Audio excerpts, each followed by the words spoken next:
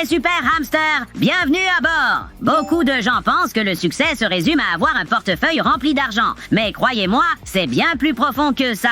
Le vrai bonheur n'est pas seulement une question d'argent. Il dépend aussi de la façon dont vous vivez, dont vous vous sentez, et même, parfois, de la façon dont les autres vous voient. Mais comment faire pour commencer à progresser vers tout cela ? Aujourd'hui, j'ai préparé une vidéo qui pourrait bien vous donner le coup de pouce dont vous avez besoin.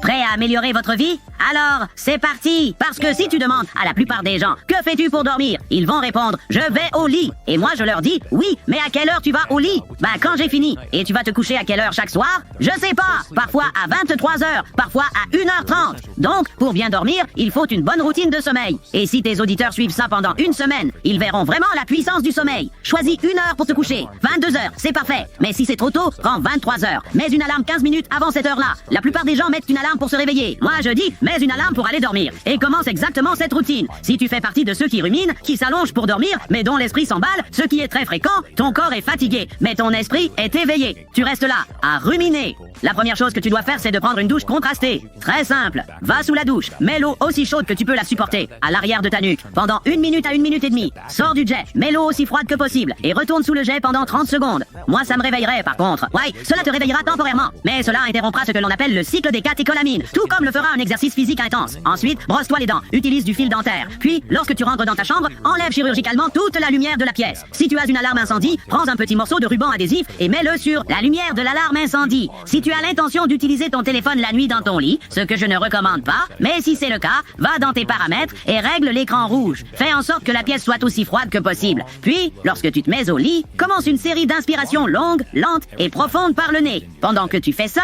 à chaque fois qu'une pensée te vient à l'esprit, saisis-la, tire-la vers le bas dans tes poumons et expire littéralement cette pensée hors de ton corps. Tu n'arriveras pas à 10 respirations. Après avoir fait ça pendant 7 jours, tu seras choqué de voir à quel point tu commenceras à te sentir bien. Ouf! Je ne sais pas ce qu'il en est pour vous, mais moi, cela m'intrigue beaucoup. Je ne dirais pas que j'ai des problèmes de sommeil, mais j'ai cette petite habitude de faire défiler mon téléphone lorsque je me blottis dans mon terrier douillet pour la nuit. Et il ne s'agit pas seulement de remédier à l'insomnie. Non. Pour réussir quelque chose de grand, il faut travailler dur. Pour travailler dur, il faut de l'énergie. Et pour rester énergique, il faut savoir se reposer correctement. Tout est lié, les hamsters!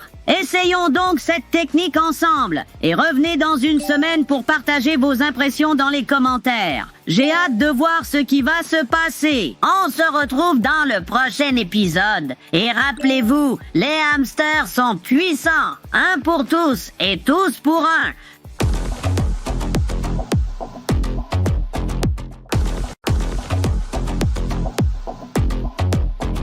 Salut, tous mes hamsters en quête de succès. Ravi de vous revoir. Peu importe le type de travail que vous faites, il y a une chose dont vous ne pouvez pas vous passer, et c'est la motivation. Parce que peu importe l'effort que vous mettez à développer votre entreprise, si vous ou votre équipe perdez cette motivation, tout le projet pourrait commencer à s'effondrer. Mais ne vous inquiétez pas, la motivation n'est pas quelque chose de figé. Ça se cultive. Et aujourd'hui, on va découvrir ensemble comment une personne à succès parvient à la booster. Prêt?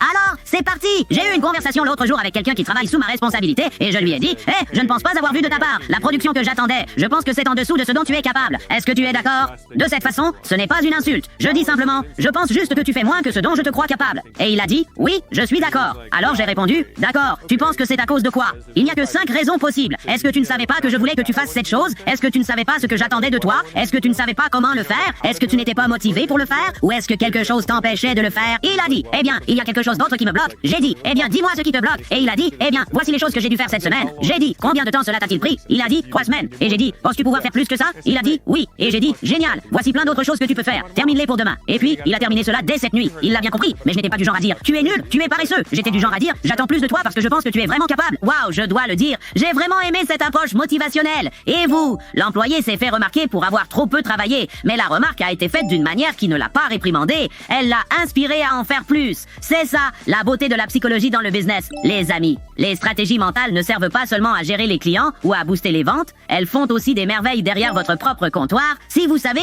comment les utiliser correctement. Alors, et vous? Comment vous motivez-vous, vous et les autres? Dites-le nous dans les commentaires. À la prochaine! Et n'oubliez pas, les hamsters sont puissants. Un pour tous et tous pour un.